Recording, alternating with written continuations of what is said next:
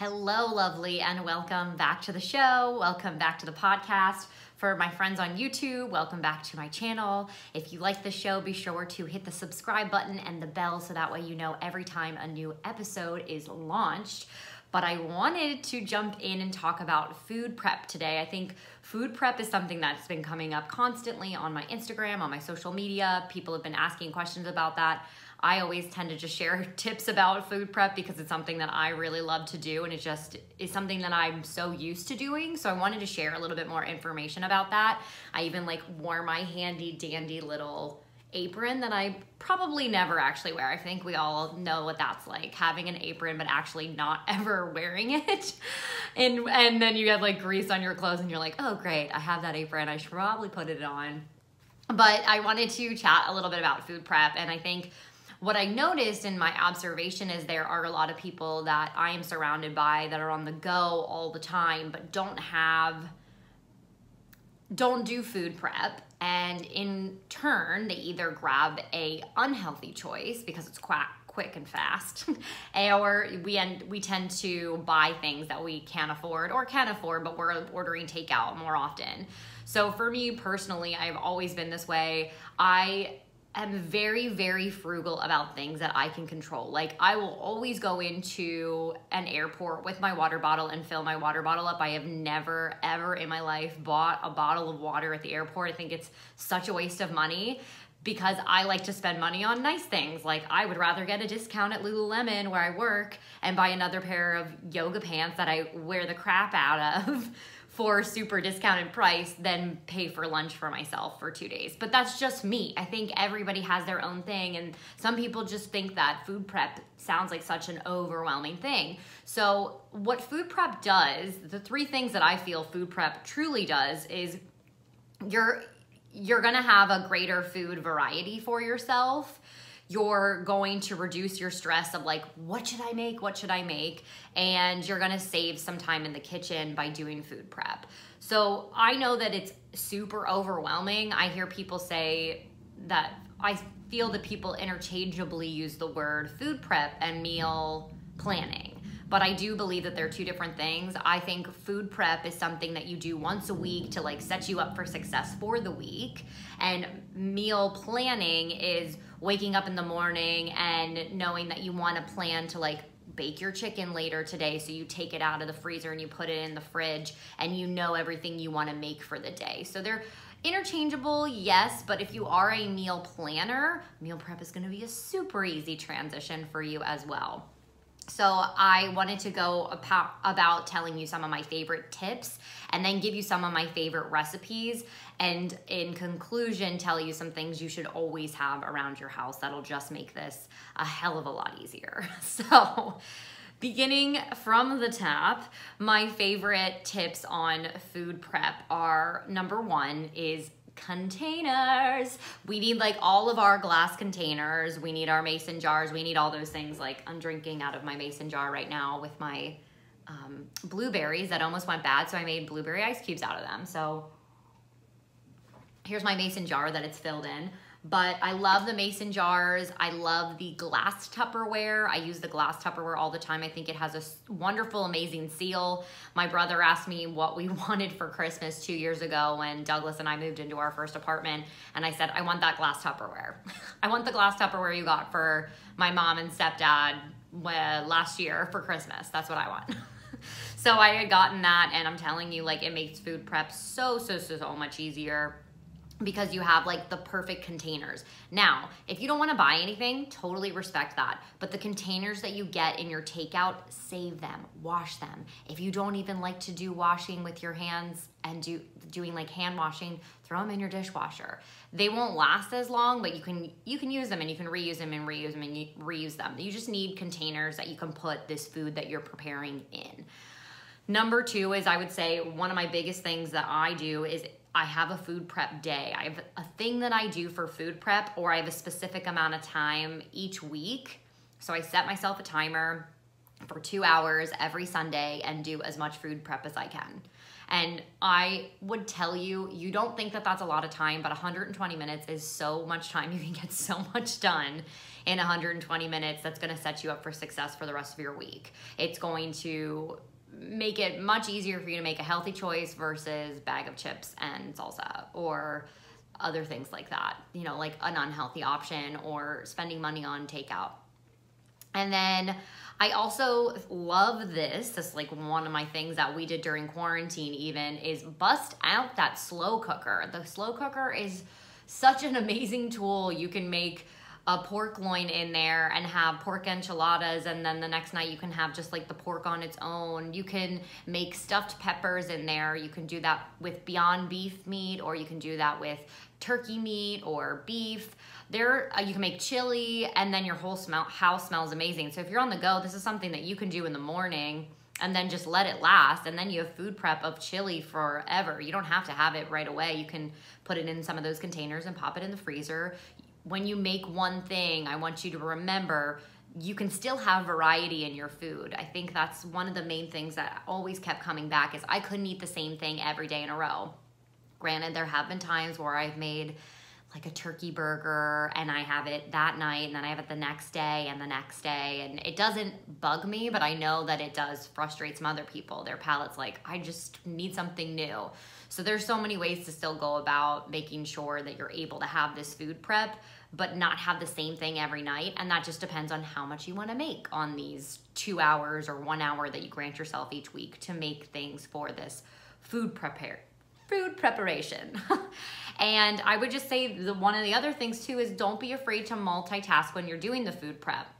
My dad loves to food prep, but also do his laundry. You get your laundry done, you get your food prep done, 2 hours of your day, 2 hours of your week, truly. And there you go, you have it. Working on one thing and then moving to another after time, as time goes on, as time progresses, when you're in the kitchen, you'll learn how to cook a couple of different things at once. So don't be intimidated by that. Take your time, ease into it. Start off with a half an hour this week. That's like all I ask. Do it for a half hour. See how much stuff that you can make. I feel you will be very impressed. And so let's kind of move into not having the same things every week, but some of the stuff that I absolutely love to do and do all the time. So one of my biggest ones that I have just recently shared on Instagram, and I've been sharing a lot of, is during quarantine, I loved my big breakfast, and Doug and I would make eggs and bacon and avocado and have some fresh fruit on the side. We would do this every day. We would get so much bacon and eggs at the grocery store when we went every other week. And what I learned though is we had so much time during quarantine, right? Like we were looking for anything to distract us from the mayhem that was happening outside of our homes. And I had more time to cook that much every morning and clean up after all that. Once we started to move out of quarantine and transition out of that, I have to decline this call. Once we started to transition out of that, I realized that it was basically time for me to just focus on not having bacon grease all over the place every single day. So not having bacon grease all over every day made me think about this a little more, and it's something that my dad said, I just can't imagine having to clean grease off my pan and off my countertop every day. Why don't you just cook all the bacon at once? Ding, ding, ding, like perfect. So buy your bacon, cook off all 12, 14, 15 strips, whatever comes in your bacon pack, and then you have 2 pieces of bacon every morning. So that's one of my favorite things to do. Keep that extra oil then, the bacon fat oil, and pour it into, I honestly just use a mug. I just use an everyday mug. And I pour it into the mug, and from there, I take that mug and I put it in the fridge, and then anytime I want to cook something else, you can use the bacon fat, and it has this like amazing flavor, this richness, these natural fats, natural oils, and all good things just like you're looking for in your extra virgin olive oil. And it makes your food taste really freaking good because it tastes like bacon. So if you're a vegan, I get that. That's probably not what you're doing, but you can still cook all your faux bacon. I did that during Lent a couple years ago. Actually, it was this year. I did it during Lent. I didn't have cheese and I didn't have bacon, which was really hard. So I had vegan cheese and vegan bacon, but you can still cook all that bacon off at once so it's prepared and ready for you on days that you're on the go. Now, to go hand in hand with the bacon, one of my other favorite things to do is when you get your eggs, whether you're someone that gets a 2 dozen pack or you're someone that gets a 1 dozen pack, what you want to do is you want to spread out that pack, and half of them you can hard boil right away. So then when you're on the go, you've got your eggs, you've got your bacon. So if you hard boil them, there's so many quick ways to do it. My favorite way is to get the water boiling first. Boil, boil, boil that water. Put the eggs in and put it back down then to like low medium. So you want to take it way back down and reseal it because you don't want it to bubble up over. Place the eggs in, leave them in for like 8-ish minutes, and then take them out and immediately put them into an ice bath so they stop cooking. That's going to get you that medium soft, so not hard boiled, but like medium hard. So it's kind of still got a little bit of goo on the inside. If you don't like that, just cook them for about 10 to 12 minutes then. And yeah, there you have it. You can immediately peel them too. You can put them in a plastic baggie. And then I love to take that plastic baggie with me. I throw some sriracha in there and some salt and pepper, take it with me, and I've got my bacon and I go. Another thing that you should have at home all the time that I absolutely love, that you should keep on your counter, and as they start to ripen, put them in your fridge, is avocados. Like, love avocados. They're so good for you. They're so easy. I add hemp seeds and chia seeds and a little bit of salt and pepper to them, and you can just, eat a half of an avocado every day. It's so good for your system. So there you go, a full breakfast that you didn't have to cook. Eggs, bacon, avocado, like nailed it. If you have extra berries in your fridge, take them too. And you can prep them all in a little container, those glass containers. You can prep them all, grab it with yourself, and you can go on your merry way and keep like a protein bar as well if that's something else. That's going to last you through the day, I promise. And so that's like my breakfasty tips for sure. I do like another breakfast tip if you're not a bacon and eggs person. If you are vegan, this one you'll probably really like as well, is I do this overnight oats. And it's super common, I know, but it is really delicious. You can do a half a cup of oats. If you aren't vegan, you can also whisk an egg. I'll tell you about that, but you'll whisk an egg, then do half a cup of oats. Then you want to do just enough almond milk, oat milk, regular milk, whatever kind of milk you like, and you let that come up just a little bit to soak the oats. Then you can add some chia seeds, some cinnamon, some salt, a little bit of honey or maple syrup, whatever you prefer for a little bit of sweetness, and hemp seeds and chia seeds. So you have that all mixed up. Super good. You can either take that on the go, like just head out with it, keep that in your Tupperware, or you can actually take it and make it into a pancake. So if you have some extra time that morning, take that bacon fat, put it in your pan, and you get to like plop that pancake right on there and flip it over. Oh my God, it's delicious. Have some of your berries on the side. Really, really delicious, kind of mimicked pancake to give you that pancakey feel, but not necessarily being a buttermilk pancake. That's not the best for you. So that's another really fun thing, especially as we're moving into the winter months. I know like those oats are always like super yummy to have as well. I do think another thing that I like to keep as another like morning-ish thing is chia pudding. Very easy to make. You just do the chia seeds. So clearly I'm telling you to keep chia, and I'm telling you to keep hemp seeds in your cupboards at all time, and avocados thus far. And with the chia pudding, what I really love to do is just put, again, at your milk of preference in the chia seeds. Just do like a couple teaspoons of chia seeds. Let's do like 1/4 cup. They expand beautifully within that overnight. You can add cinnamon to them. You can add a little bit of salt. You can put fresh berries in it in the morning, and you can take that on the go. Also a very delicious alternative. So another thing that I like to do as far as food prep is roast your vegetables. I love roasting vegetables. It's super easy. I don't even have an oven here right now, which sucks. But I do have an air fryer that mimics an oven and also mimics a toaster. So they're all in one. That is Emerald's, you know, Emerald, the chef Emerald. Yeah, so that's his toaster that I have. It's amazing. It's incredible. I absolutely love it. And you can do so many things with it. You can even do a rotisserie chicken in there, which I have not done yet. But they have, what I do is I chop up my entire cauliflower. Cauliflower is an awesome thing to roast. It tastes so delicious. Just olive oil, salt, pepper. If you're looking for ways to add turmeric into your diet, throw a little bit of turmeric on there, and I do a little cumin as well. Do that with your carrots right now. Broccoli, steam that broccoli in advance and then do it al dente. So you steam it for a little bit. Once you see it get super green, you throw it in an ice bath so it stops cooking. That's al dente. That's all that is. And you can do the same thing with like pasta. I'm sure you've heard that as well. So you're still getting the crunch of them, but then that way I have broccoli that I can either reheat up, I can keep it cold, and I can dip it in hummus, which brings me to hummus. Another thing you should always have in your fridge, because you can eat it with your carrots, you can eat it with your steamed broccoli, you can eat it with your leftover root vegetables, but you're able to utilize this hummus as a snack, chickpea protein, all that. This is another one that's good for vegetarians and vegans.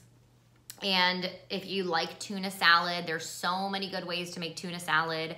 A lovely add in tuna salad that a lot of people don't use. I love to use Fai yogurt and or Greek yogurt, basically. Fai is a brand, but Greek yogurt and a little bit of Dijon mustard makes it taste so good. And you can put a little bit of olive oil in there. You can do Kalamata olives. You can do pinto beans to give you extra protein. You can do celery, onions. This is all, like, you can make it all in bulk, but then that way you can put it in your fridge and you can either pull it out and put all that tuna in a massive mushroom and you can toast it in the oven one night with some cheese on top, and then another day you can just have it and smear it on a cracker because you're on the go. Like, so many different ways that you can have these meal preps. Like I'm saying, it doesn't have to be the exact same thing you're eating every single time. Now, I am not single, but I'm currently living alone because my boyfriend's away at the Navy. So I do cook everything at once. So I always have chicken in the freezer.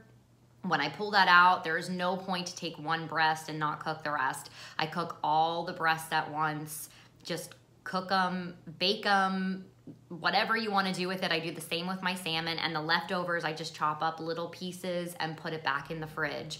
Super easy to do that. I absolutely love having that excess meat because you can just, if you're starving, I'm telling you, like, I know how that feeling is when you get hangry and you walk in the door and you're like, oh, now I have to cook something.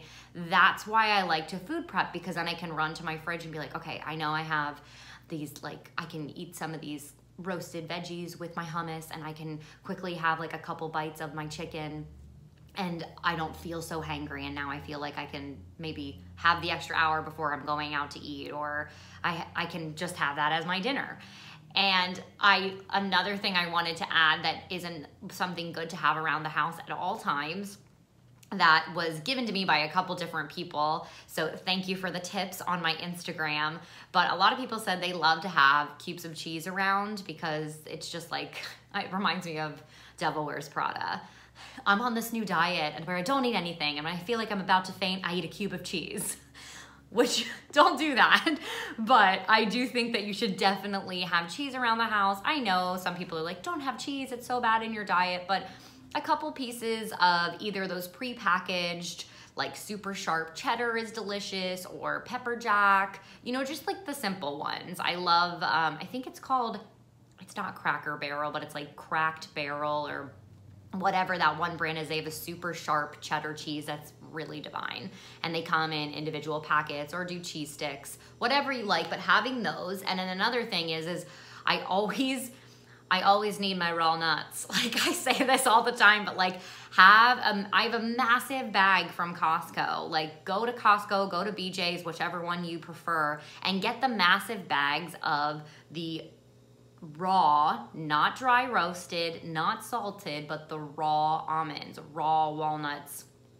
Either of those are the best ones that have the highest omega-3s and 5s, I believe. But like, it's so funny because we hear all these things are bad for us, and do you even realize, like, walnuts Walnuts and almonds are really good for elasticity in our stomachs, and so are avocados, and so are egg yolks, which I know a lot of us, when we think we're dieting, we say egg whites, egg whites, egg whites. Not that that's not true, but the egg yolk is really good for elasticity in your stomach. For my friends that are working on belly fat, keep at least one yolk in there.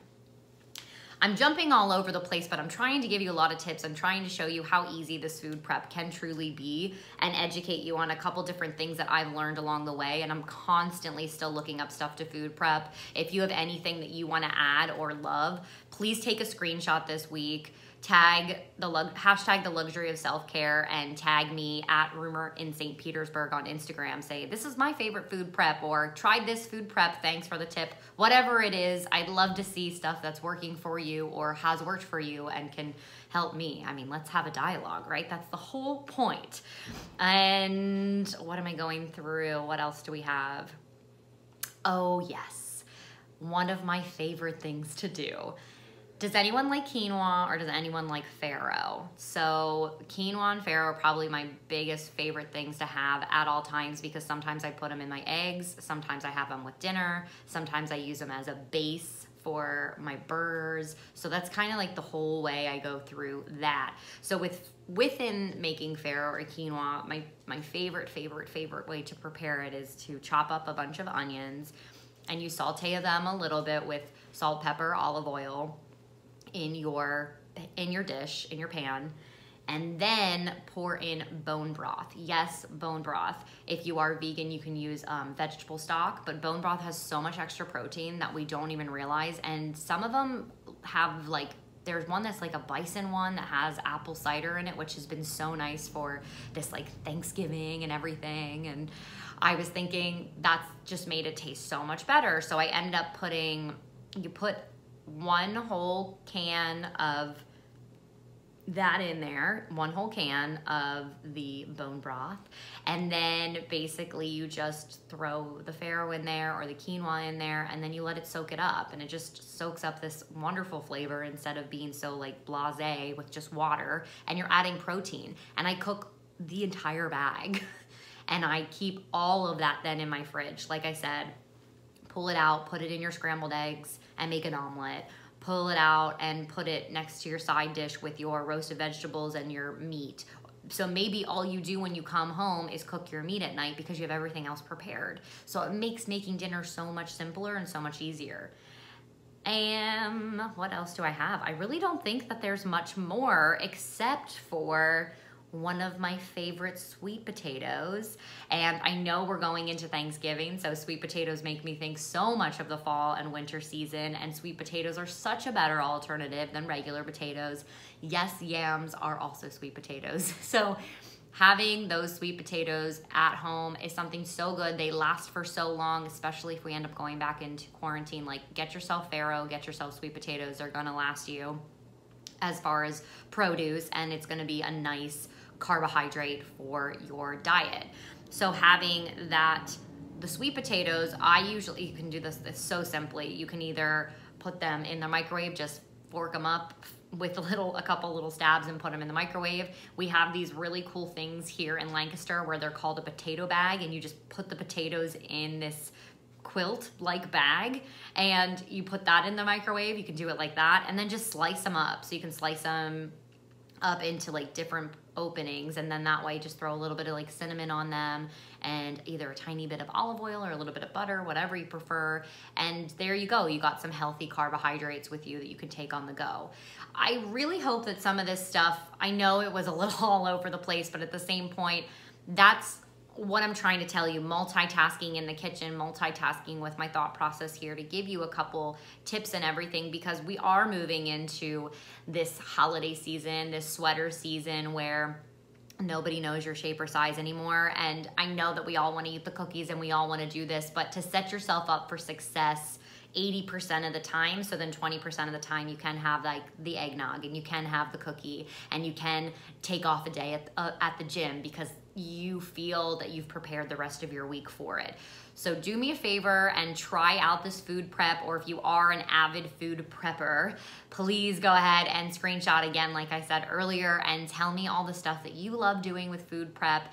I will be taking off this Thursday, so we won't have a guest on Thursday this week because of Thanksgiving, and I just want us all to relish in wherever we are, whatever we're doing. And I know that maybe not everyone's able to see family this year, given the circumstance of travel, or maybe you are traveling. But either way, I just want to hope and wish you a happy Thanksgiving, and please try to find a way to look at your glass half full instead of half empty. I know there's so much going on, but there really truly has to be something, one thing that you are truly grateful for right now in this very moment. And it can be so minute and so small, but truly look for that silver lining and hang tight on to that during this Thanksgiving. I wish you all love, and I will see you next Sunday on the next Solo Sunday on the luxury of self-care. Bye, y'all.